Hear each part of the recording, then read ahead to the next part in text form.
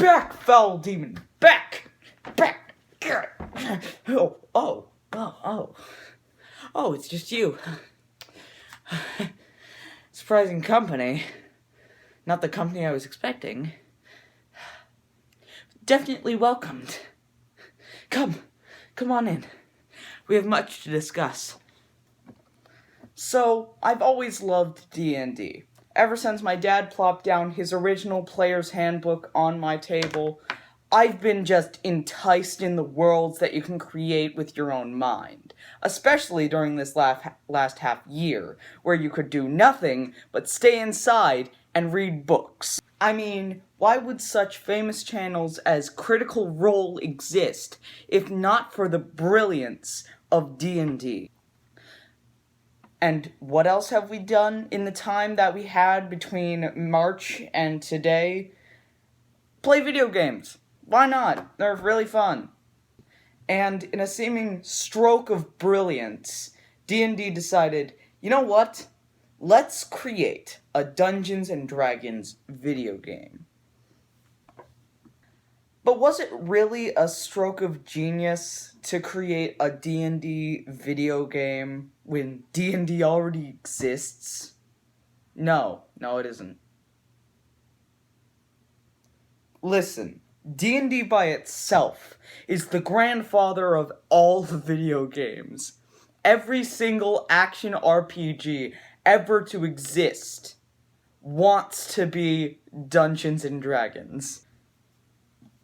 Now, at first, it just seems like, you're just moving it from a imaginary in your head form to a visual form.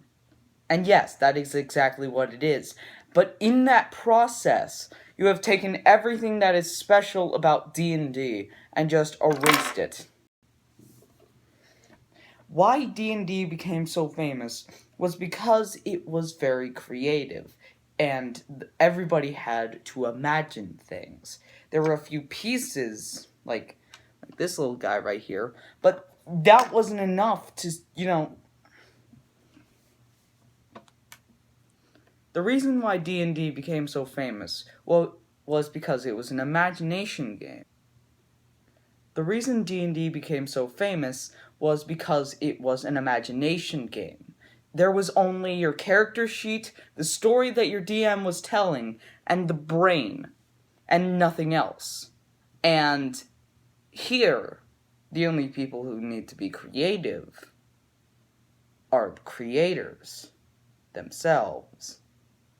And that creativity doesn't just stretch out to the environments and the look of your characters. It was what you could physically do in the game. This game, from the looks of it, is just a straightforward linear beat-em-up. That's fine. That's perfectly fine. Unless you add the name D&D in there. Because D&D prides itself on being an unperfect adventure. It prides itself on being stupid. It prides itself on being out there. You can just do whatever you want. You can anger the shopkeep until he starts attacking you. Can you do that in the game? Probably not. You can hit it off with the maid at the inn that you're sleeping in until his husband comes over and starts whacking you over the head with a candlestick. Can you do that in this game?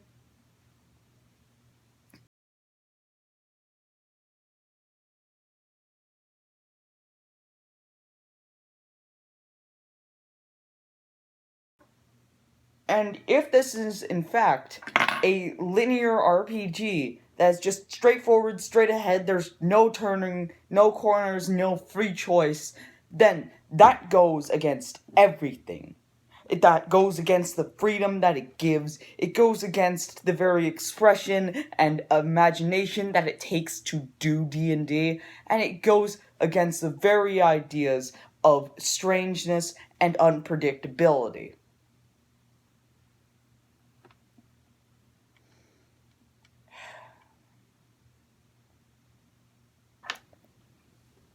Rolling a dice is the oldest type of RNG ever to exist.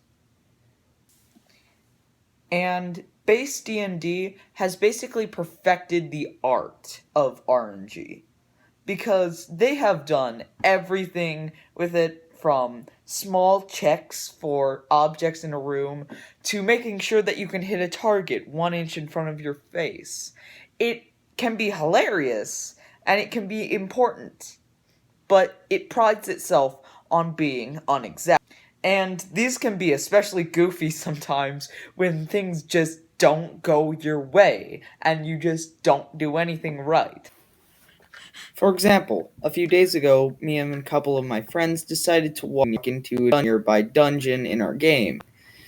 Of course, you could just consider ourselves just blind or blindfolded, because we just stumbled around the place and we almost killed almost every perception check ever to exist.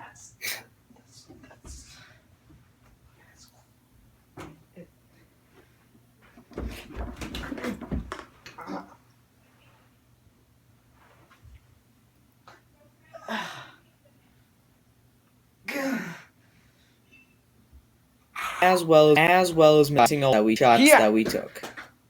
Yeah, it was really hilarious. Though I do have to say, I can understand why they would not put this type of RNG in, because I feel like it would be a bit confusing to everybody if there was a 4 out of 20 chance that you would actually hit your shot on this giant orc. Completely understandable, but still kinda not D&D. And honestly, we've kind of whittled it down to the smallest complaint. In their advertising, they advertised only 30 enemies. 30 enemy types. Ladies and gentlemen, may I present to you the one reason why I am having a problem with that description.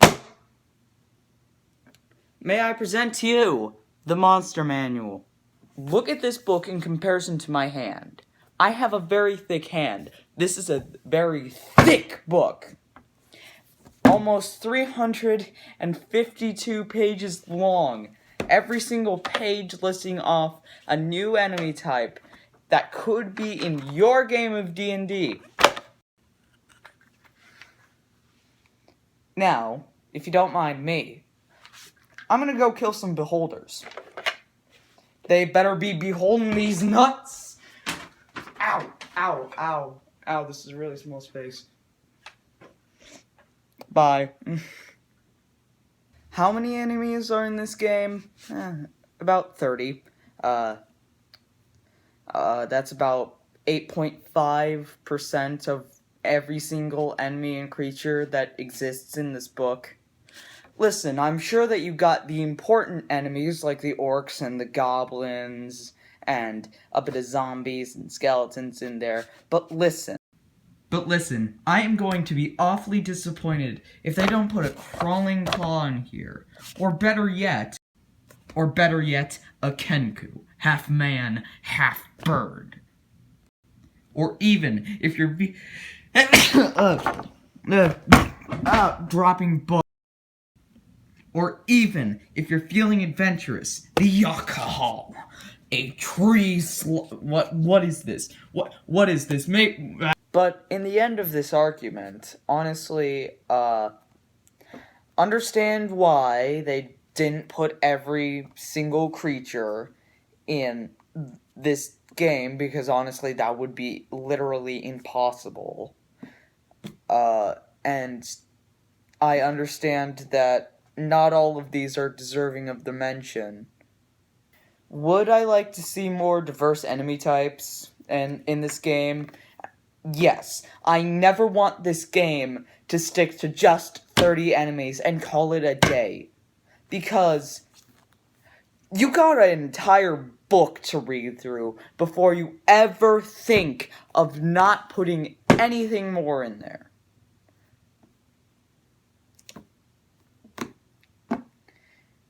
This game will never be Dungeons and Dragons. It's not even close. But is it a good game? I believe so.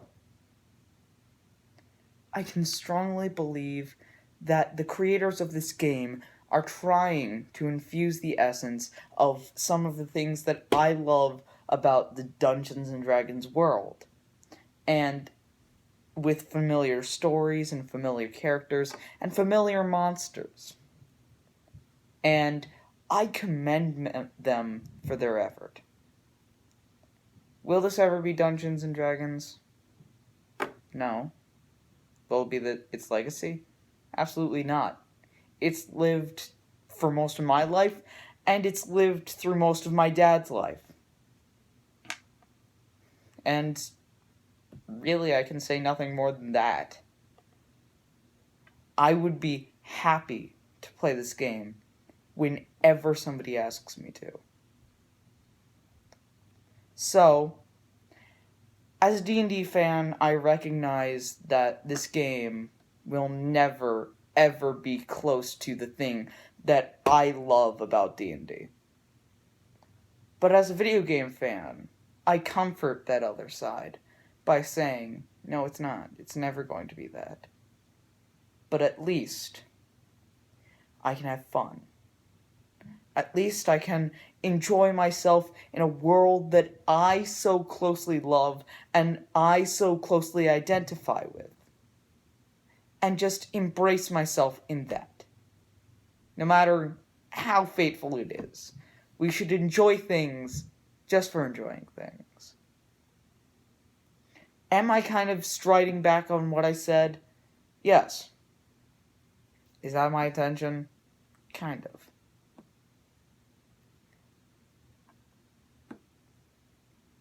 D&D Dark Alliance. As a gamer, you have all permission to go on with what you're doing. I'm going to be excited for whatever you do. And as a Dungeons and Dragons fan, you had my attention. Now you have my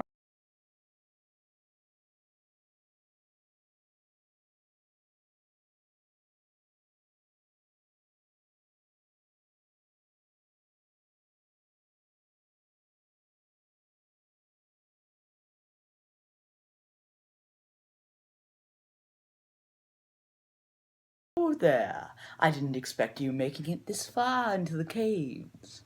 If you want to see more of my content, click over there. And if you want to subscribe to my channel, right there. And, of course, if you want to see a video suggested to you, right there. The gods know a way of finding what you like. Now, if you don't mind me, I'm trying to learn how to do a level 5 spell.